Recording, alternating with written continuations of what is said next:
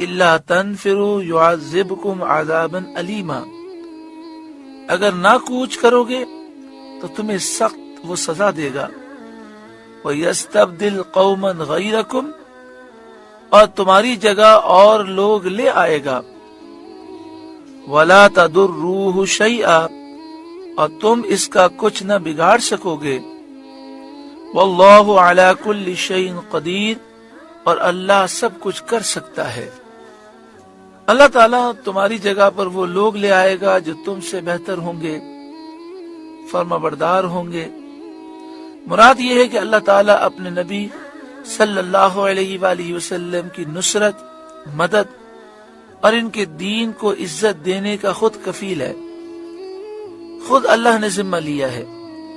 تو اگر تم اطاعت فرمان رسول میں جلدی کرو گے، حضور کا فرمان سن کر اس فرمان کی اطاعت میں نکلو گے، تو یہ سعادت تمہیں نصیب ہوگی، اور اگر تم نے سستی کی تو اللہ تعالیٰ دوسروں کو اپنے نبی کے شرف خدمت سے سرفراز فرمائے گا۔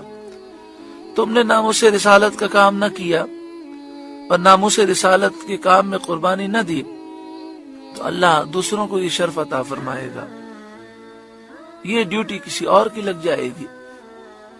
الا تنصروہ، اگر تم محبوب کی مدد نہ کرو گے،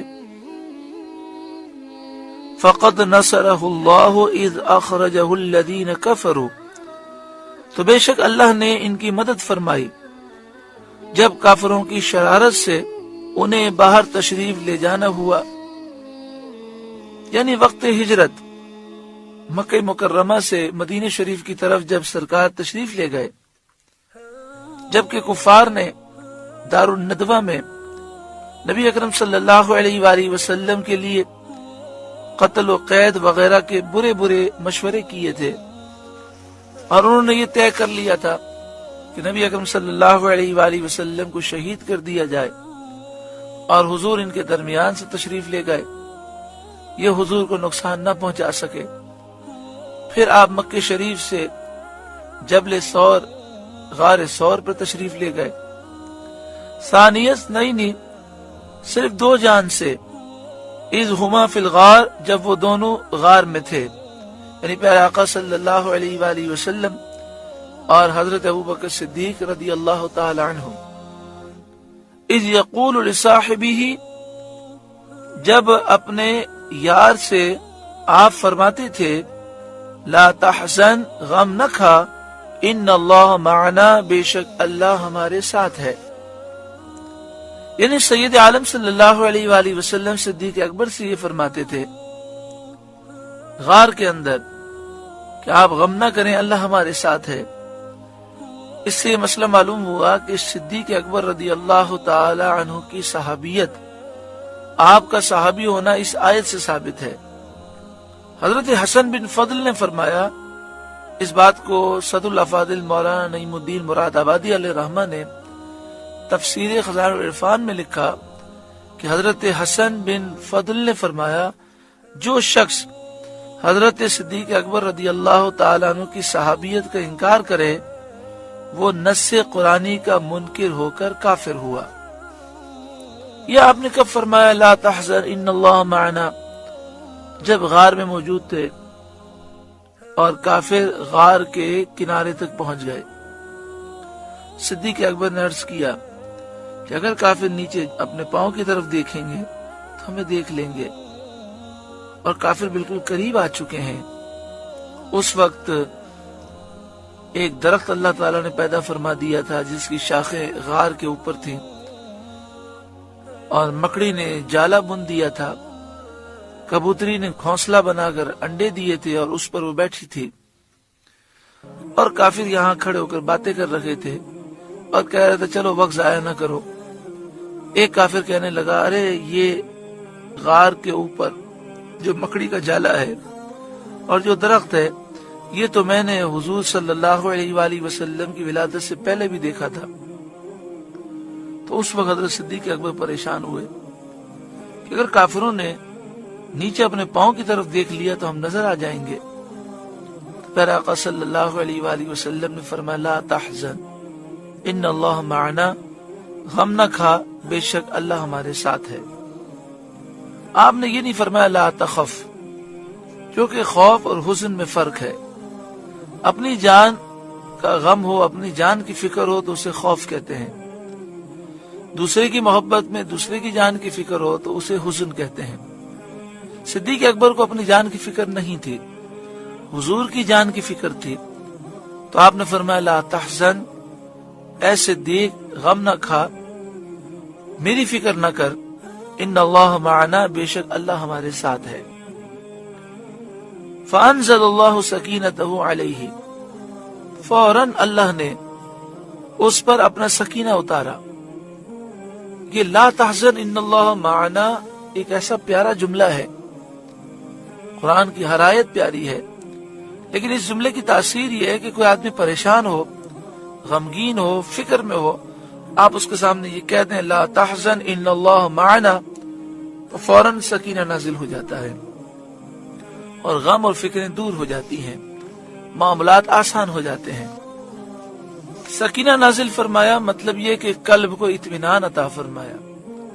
وَأَيَّدَهُ بِجُنُودٍ لَمْ تَرَوْهَا، اور ان فوجوں سے اس کی مدد کی جو تم نے نہ دیکھی۔ ان سے مراد فرشتوں کی فوجیں ہیں جنہوں نے کفار کے رخ پھیر دیے اور وہ آپ کو دیکھ نہ سکے۔ غزوہ بدر میں، غزوہ احزاب میں، غزوہ حنین میں بھی انہی غیبی فوجوں سے مدد فرمائی۔ اس موقع پر بھی فرشتے نازل ہوئے اور یہاں بھی فرشتے مدد کے لیے آئے۔ وَجَعَلَ كَلِمَةَ الَّذِينَ كَفَرُوا السُّفْلَىٰ، اور کافروں کی بات نیچے ڈالی، یعنی کفر و شرک کی دعوت کو اللہ نے پست کر دیا۔ کافر کہتے تھے کہ ہم شہید کریں گے، ان کے منصوبے خاک میں مل گئے۔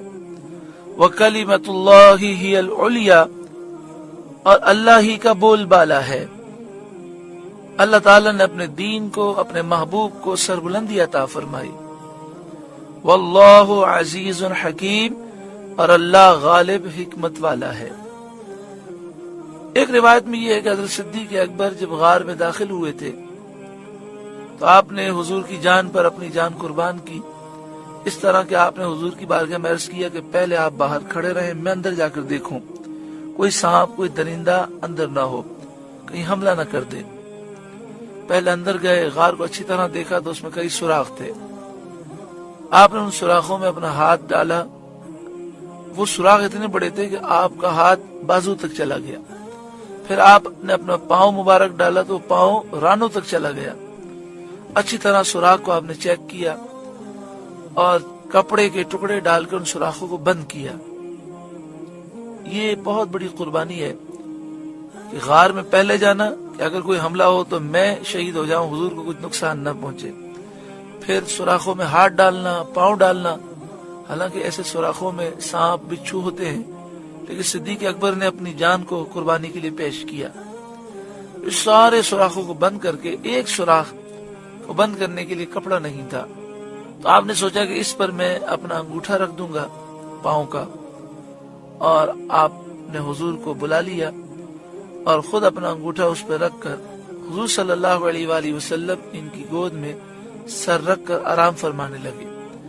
ایک سانپ تھا جو حضور کی یاد میں تھا اور وہ حضور کے دیدار کے لیے بے چین ہونے لگا جب اس نے خوشبو پائی۔ ہر سوراخ سے آنے کی کوشش کی، کسی سوراخ سے وہ باہر نہ نکل سکا کیونکہ ہر جگہ سوراخ بند تھا۔ تو یہاں حضرت صدیق اکبر کے انگوٹھے پر اس نے نرم محسوس کیا، تو کافی دیر تک وہ اپنا سر مسلتا رہا۔ صدیق اکبر نے محسوس کیا کہ کوئی چیز ہے، آپ نے اور اپنا انگوٹھا زور سے دبا دیا۔ آخر کار سانپ نے اس مقام پر ڈس لیا۔ جیسے ہی سانپ نے ڈسا، تکلیف سے آپ کی آنکھوں سے آنسو جاری ہو گئے۔ سرکار دو عالم صلی اللہ علیہ وآلہ وسلم کے اوپر گرے۔ آپ نے آنکھ کھولی اور فرمایا صدیق کیا ہوا؟ انہوں نے واقعہ عرض کیا تو آپ نے اپنا لعاب دہن مبارک صدیق اکبر کے انگوٹھے پہ لگا دیا تو تکلیف اور درد اور زہر جاتا رہا۔ اللہ تبارک و تعالی حضرت صدیق اکبر کے صدقے میں ہمیں بھی حضور سے وفاداری اور محبت عطا فرمائے۔